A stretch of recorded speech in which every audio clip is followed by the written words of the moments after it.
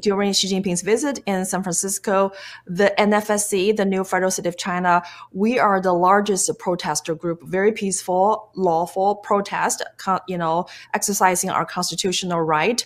And you know what? There's none of the mainstream media giving us any single coverage. Wait a second. What about local news? Did the local news cover you?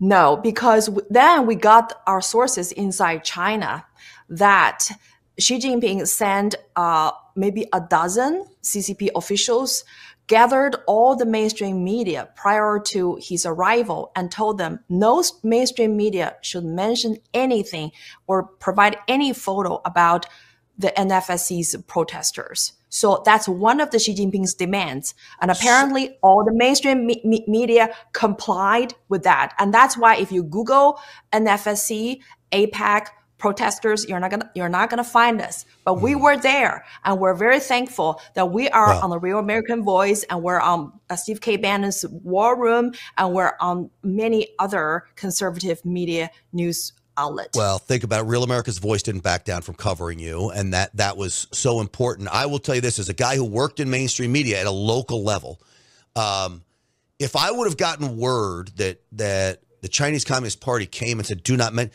the first story I do is to go cover you and tell you that Xi Jinping said, don't cover them. Why?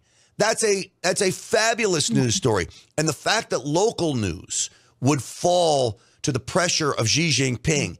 I understand NBC, ABC, and the likes of CNN, because we know they're leftist lunatics on board with the ways of communism. But local news is so disappointing that they would fall to it. I mean, maybe because it's San Francisco, there's a lot of Chinese money in San Francisco, and maybe Chinese money that's pushing advertising on those stations. That may be one of the reasons. But to me, Nicole, that is so upsetting that you got no coverage. And I saw the amount of people you had out there. It's criminal. It is. And you know what? If I were a journalist, be it national or local television, my first job is to expose the CCP officials who are demanding us not to cover. That is a big story. But none of those mainstream media did the right thing. And instead, they kowtowed to CCP. And so I was watching the cameraman and the photographer. They were there.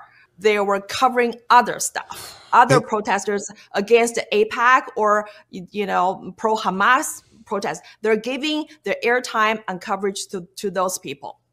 Unbelievable. Had to have been coordinated. I've got to believe there was other local media there. There had to be Los Angeles local media going up there. It was a big meeting. For no one to cover you, this is the downfall of America. The American media was supposed to be a good thing early on. It's supposed to hold elected leaders accountable. And no longer does the mainstream media do that. It is state-run media today.